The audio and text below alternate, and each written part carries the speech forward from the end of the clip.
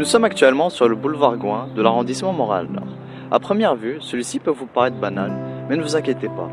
Il a une histoire chargée pour 103 ans d'existence. Allons donc la découvrir. Nous sommes actuellement sur le bord de la rivière des Prairies. Celle-ci fut découverte par Jacques Cartier lors de son second voyage et tient son nom d'un de ses compagnons. La rivière des Prairies est un point très important dans l'histoire de Montréal-Nord. En effet, les premiers habitants, qui étaient principalement des agriculteurs, se sont établis de part et d'autre du boulevard Gouin qui fut construit en parallèle à la rivière à cause de la présence de terres fertiles et de la proximité de la rivière qui était, rappelons-le, le principal moyen de communication à l'époque. Elle leur était presque vitale. En effet, en plus de l'agriculture, on pouvait y pratiquer de la pêche ou du flottage de bois, faire fonctionner divers moulins, on allait y puiser de l'eau, s'y baigner durant l'été et récolter sa glace durant l'hiver afin de conserver la nourriture.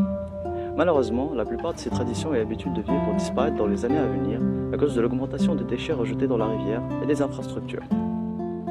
En 1911, la population était de 624 personnes. La quasi-totalité des habitants sont agriculteurs, mais en dénombre quelques paysans. La plupart des terres sont consacrées à l'agriculture. En 1910, l'administration Alexandre Michaud cherche à construire un boulevard sur l'axe nord-sud reliant la rivière des Prairies et le fleuve Saint-Laurent. C'est le projet du boulevard P9 qui voit le jour. Montréal-Nord se retrouvera impliqué dans le projet alors qu'elle n'y voit aucun avantage. En 1915, sa construction débute. Montréal-Nord sera handicapé par les dépenses qu'elle devra effectuer pour un boulevard sur lequel se trouve une seule habitation de son territoire. En 1918, la municipalité n'ayant plus les moyens d'entretenir le boulevard, il sera à l'abandon. Le 5 mars 1915, le bas du Sault récollet devient la ville de Montréal-Nord, et ce pour plusieurs raisons. Mais la principale était d'éviter l'annexion par la métropole, Montréal, qui cherchait à réunir toutes les municipalités afin de créer une mégapole. À sa fondation, Montréal-Nord emprunte 250 000 $ pour se construire un système d'égouts, prolonger ses canalisations d'eau, aménager ses routes et se construire un nouvel hôtel de ville. Nous nous trouvons actuellement devant la mairie de Montréal-Nord. Avant sa construction, les réunions du conseil avaient lieu dans une salle à l'école de Saint-Charles-du-Bas-du-Sault. Cependant, il n'était pas rare que les conseillers fument lors des réunions, c'est pour ça qu'ils avaient besoin d'un nouveau bâtiment. Il fut terminé le 14 juillet 1917. En 1921 est fondée la Commission métropolitaine de Montréal. Cet organisme avait pour but d'aider les différentes municipalités à mieux gérer leur économie et ainsi à réduire leurs dettes. Cependant, l'une des contreparties était qu'elle devait avoir son autorisation avant de pouvoir faire des emprunts. En 1921, lors de sa mise en tutelle, Montréal-Nord devait plus de 250 000 $ pour ses 1300 habitants. En 1944, sa dette a dépassé les 1,4 millions et 14 ans plus tard, soit en 1958, la ville est libérée de la tutelle, puis est félicitée d'être la première ville à avoir bouclé son budget. En 1923, Honoré Mercier-Fils, ministre des Terres et des Forêts, signe un contrat avec la compagnie de la Black River Power. Ils ont l'autorisation de construire un barrage sur la rivière des Prairies. Cependant, ils ne le pourront pas tout de suite à cause de lois protégeant la pêche et la navigation. Le barrage commence sa construction en 1928 et sera terminé 3 ans plus tard.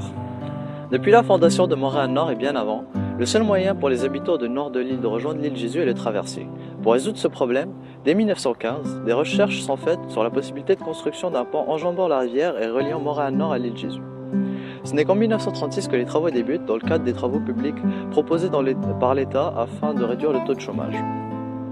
Le pont fut fini en 1939 et fut baptisé le pont Le Caron, et ce n'est qu'après sa reconstruction en 1966 qu'il fut renommé le pont P9. Le 24 octobre 1929, le marché boursier de New York s'effondre et avec lui toute l'économie en place. Des milliers d'ouvriers se retrouvent sans emploi et le taux de chômage partout monte en flèche.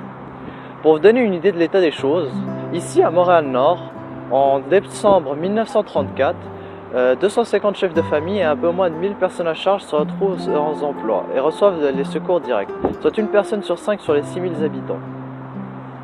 Plusieurs mesures sont prises. Le gouvernement fédéral investit 20 millions de $ dans l'économie canadienne, dont 2 856 000 $ dans seulement la province de Québec. Plusieurs refuges sont érigés, comme par exemple le refuge Merling et ses 700 lits. Il y avait aussi la création des secours directs qui permettaient de subvenir aux besoins essentiels du chômeur et de sa famille, c'est-à-dire l'alimentation, l'habillement, le loyer et le chauffage, et bien sûr les travaux publics. Et ce n'est finalement qu'avec l'invasion de la Pologne par l'Allemagne nazie le 1er septembre 1939 qui a relancé l'économie avec la Deuxième Guerre mondiale. L'industrie de guerre permet à l'économie de se relever et en 1941, le taux de chômage atteint presque les 0%. Le 21 janvier 1925, l'archidiocèse de Montréal érige catholiquement la desserte de Sainte-Gertrude en tant que paroisse mère de Montréal-Nord. Son premier abbé fut Emmanuel Carrière. Durant la période de grande crise, seuls les agriculteurs pouvaient vivre de manière sereine car ils pouvaient eux-mêmes répondre à leurs propres besoins. C'est pour cela que l'Église, soutenue par le gouvernement de Duplessis, essaie de convaincre ses fidèles à suivre une politique de retour aux terres.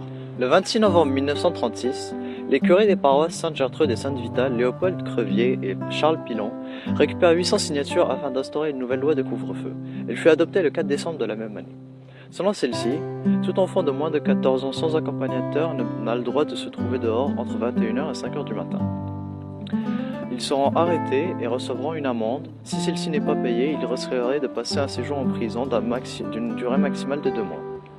À la fin de la guerre, le retour des soldats, l'immigration, la venue de jeunes couples et la hausse du taux de natalité font exploser la population de Montréal-Nord, ce qui augmente les besoins de logement. En 1951, le taux de natalité était de 29,8% et il augmentera à 41,8% en 1959. La population était de 6 000 personnes en 1941 et elle augmentera à 47 000 en 1961. En 1950, c'est la venue des Asiatiques. Et en 1972, plusieurs familles haïtiennes s'installent ici pour fuir la dictature de François et Jean-Claude Dulavier. En 1963, l'hôpital Marie-Clarac est fondé par la communauté italienne. Il est pour les personnes atteintes de maladies chroniques et convalescents en réadaptation.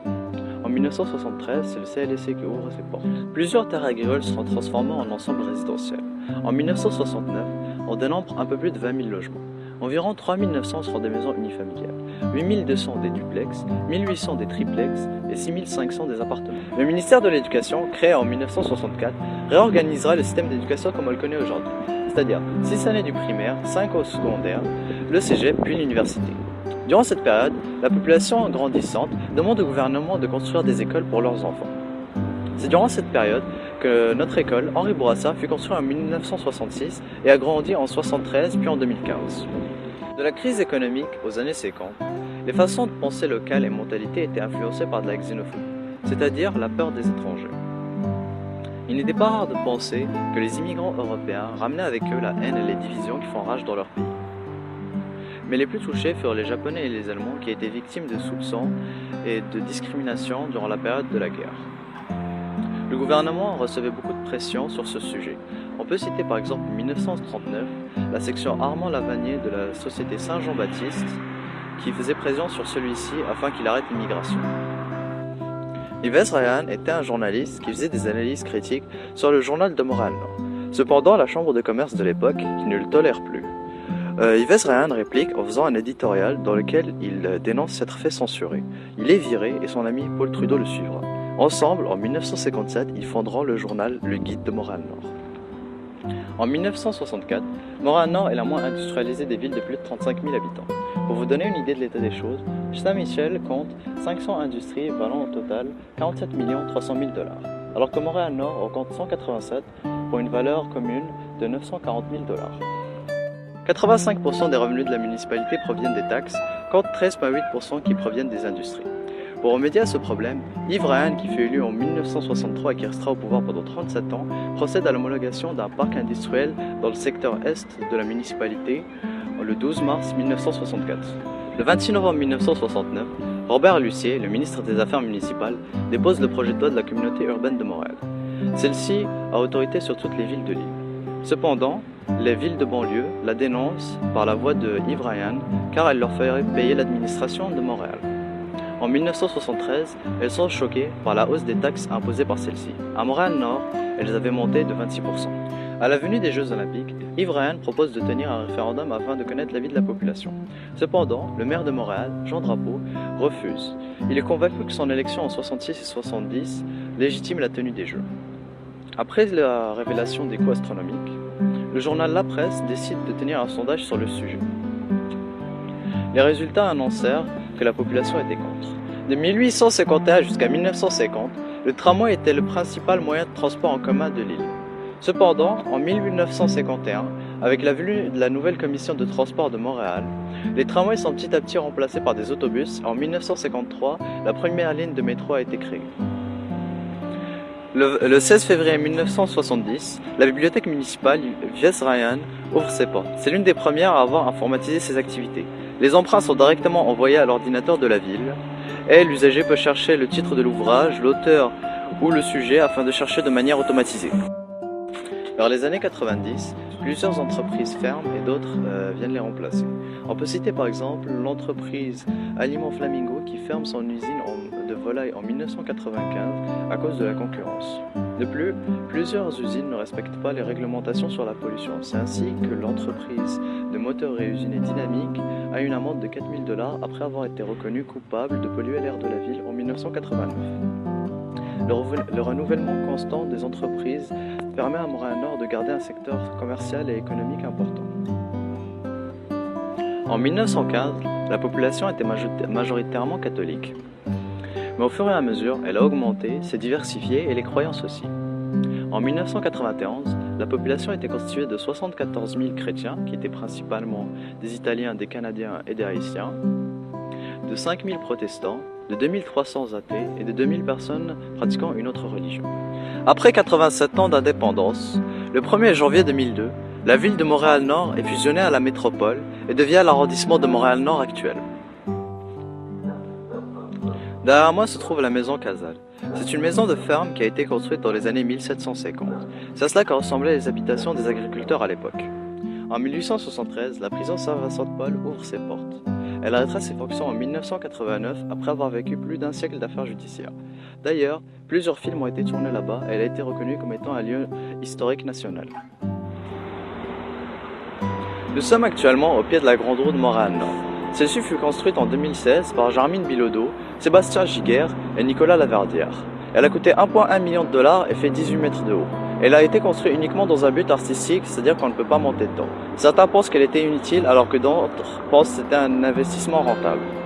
Pour conclure, Montréal-Nord connaît une évolution très rapide. À ses débuts, elle était une ville rurale dont les principales terres étaient consacrées à l'agriculture. La faible population et l'absence d'infrastructures nécessaires à son industrialisation la ralentissent. Vers le milieu du siècle, l'immigration et la hausse du taux de natalité engendrent une série de constructions d'écoles et d'industries. Aujourd'hui, Montréal-Nord connaît une maturité sur les plans ethniques, politiques, économiques et culturels.